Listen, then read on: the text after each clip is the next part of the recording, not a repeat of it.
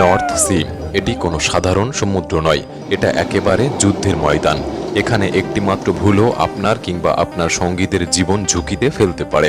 এই ভয়ঙ্কর জলরাশিকে অনেকেই ব্যাটেল গ্রাউন্ড বলে ডাকে। এখানে বেঁচে থাকার জন্য মানুষ তার সব রকমের দক্ষতাকে কাজে লাগায়। একজন সাধারণ নাবিকও এখানে এসে হয়ে উঠতে পারে এক দক্ষ ও অভিজ্ঞ নাবিক। এই জায়গায় কেউ হয়তো অভিজ্ঞতা অর্জন করে ফিরে যায়, আর কেউ হয়তো নিজের জীবনই হারিয়ে ফেলে। এটা এমন এক স্থান যেখানে ভুল করার কোনো সুযোগ নেই। একটিমাত্র ভুল করলেও তার মাসুল দিতে হতে পারে নিজের জীবন দিয়ে। কিন্তু আপনি কি জানেন কেন এই সমুদ্র এলাকা এত বিপজ্জনক? শুধুই কি ঢেউ, না আরও ভয়ানক কিছু ঘটে এখানে? আজকের ভিডিওতে আমরা দেখাতে চলেছি নর্থ সি কেন এত ভয়াবহ এবং বিপজ্জনক, কেন একটিমাত্র ভুল আপনার জীবন নিতে পারে।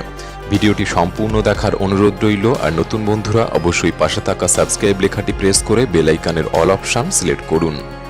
নর্থ সি হলো এমন একটি সমুদ্র যা 3 দিক থেকে স্থলভাগ দ্বারা ঘেরা। নর্থ সি হলো আটলান্টিক মহাসাগরের একটি উপকূলীয় অংশ, যা great Britain, Scandinavia, Germany, Netherlands, Belgium এবং ফ্রান্সের মাঝে অবস্থিত। প্রাকৃতিক সম্পদের দিক থেকে এটি অত্যন্ত সমৃদ্ধ, কারণ এখানে রয়েছে বিপুল পরিমাণ সামুদ্রিক প্রাণী, তেল এবং গ্যাসের মজুদ। এটি বাণিজ্য ও মাছ ধরার ক্ষেত্রেও অত্যন্ত গুরুত্বপূর্ণ ভূমিকা পালন করে। নর্থ সি এর উত্তর পশ্চিম ও পশ্চিম দিকে এটি ঘেরা আটলান্টিক মহাসাগর ও আর্কটিক মহাসাগরের জলরাশি দিয়ে। এই নর্থ সি আরও বেশি বিপজ্জনক হয়ে ওঠে কারণ আটলান্টিক মহাসাগর থেকে উঠে আসা বিশাল ঢেউগুলি সরাসরি এসে আছড়ে পড়ে এই অঞ্চলে। এতটাই শক্তিশালী এই ঢেউগুলি যে আজ পর্যন্ত যত বড় জাহাজ এদের মুখোমুখি হয়েছে তাদের অনেকেরই কোনো চিহ্ন খুঁজে পাওয়া যায়নি। শুধু তাই নয়, আর্কটিক মহাসাগর থেকে আসা হিমেল হাওয়াও এই সমুদ্রকে আরও নিষ্ঠুর করে তোলে। এই ঠান্ডা বাতাস জলকে নামিয়ে আনে 0 ডিগ্রির নিচে। গ্রীষ্মকালেও এখানে জলের তাপমাত্রা থাকে প্রায় 0 ডিগ্রি সেলসিয়াসে, আর শীতকালে তো পরিস্থিতি আরও ভয়ঙ্কর হয়। তবে এতটুকুই সীমাবদ্ধ নয়, নর্থ সির প্রকৃতি সম্পূর্ণ অনির্দেশ্য।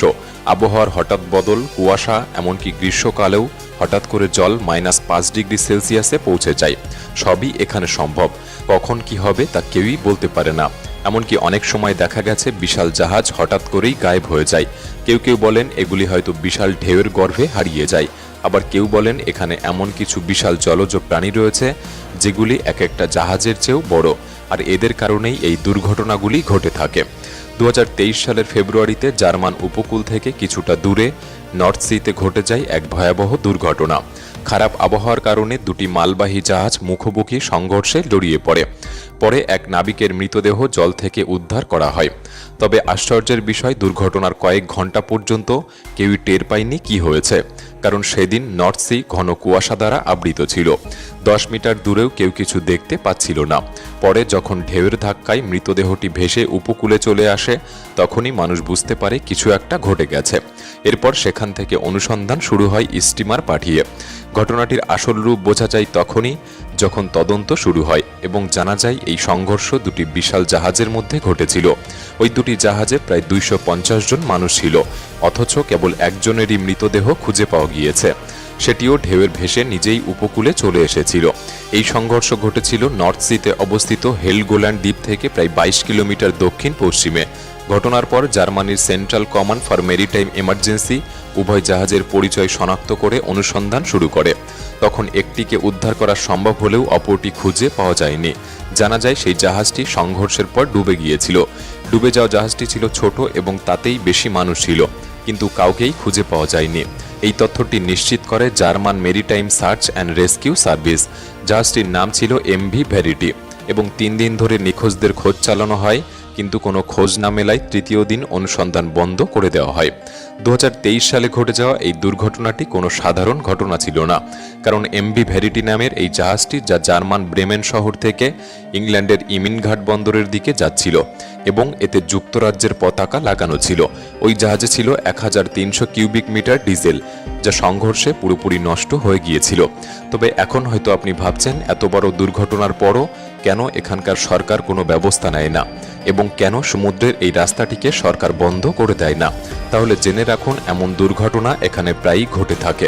নর্থ সি অনেক জাহাজকে হরহামেশাই গিলে খায়। এটা শুধু পৃথিবীর অন্যতম বিপজ্জনক জলরাশি নয়, বরং অন্যতম ঠান্ডা সমুদ্র। এখানে যদি কেউ জলেও পড়ে যায় আর সে সাঁতার জানলেও ঠান্ডায় জমে তার মৃত্যু নিশ্চিত।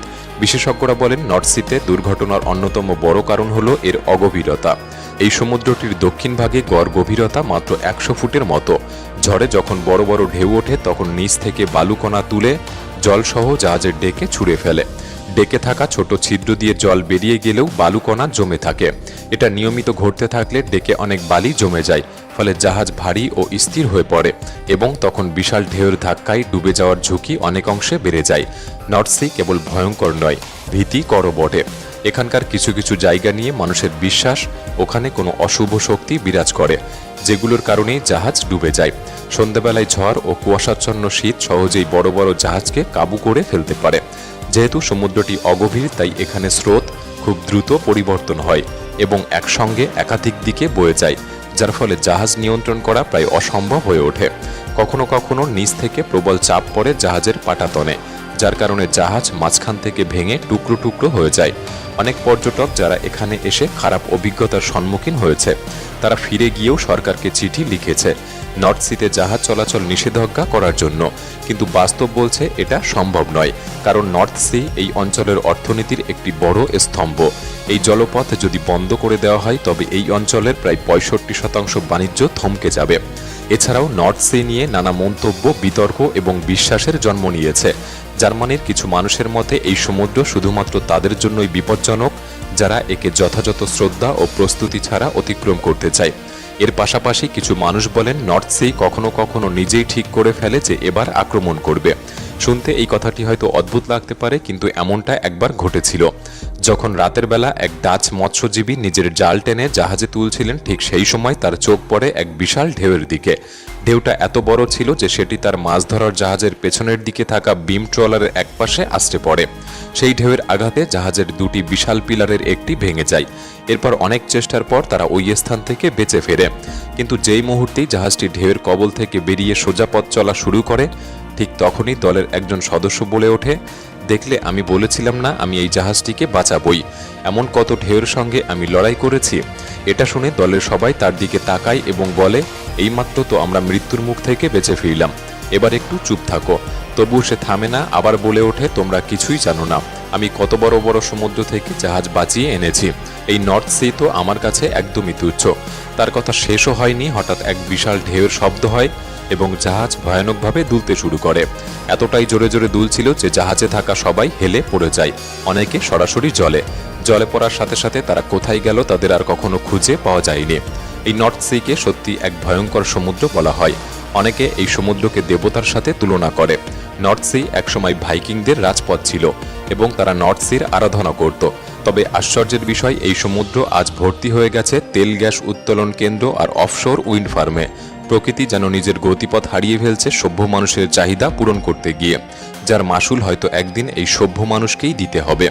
নর্থ সি সম্পর্কে আপনার আরও কিছু জানা আছে? আপনি কি কোনোদিন স্বচক্ষে ভয়ঙ্কর সমুদ্রের রূপ দেখেছেন? আমাদের কমেন্ট বক্সে লিখে জানাতে পারেন। আজকের এই ভিডিওটি ভালো লাগলে একটি লাইক করতে পারেন। তাহলে দেখা হচ্ছে পরবর্তী নতুন একটি এপিসোডে। ধন্যবাদ।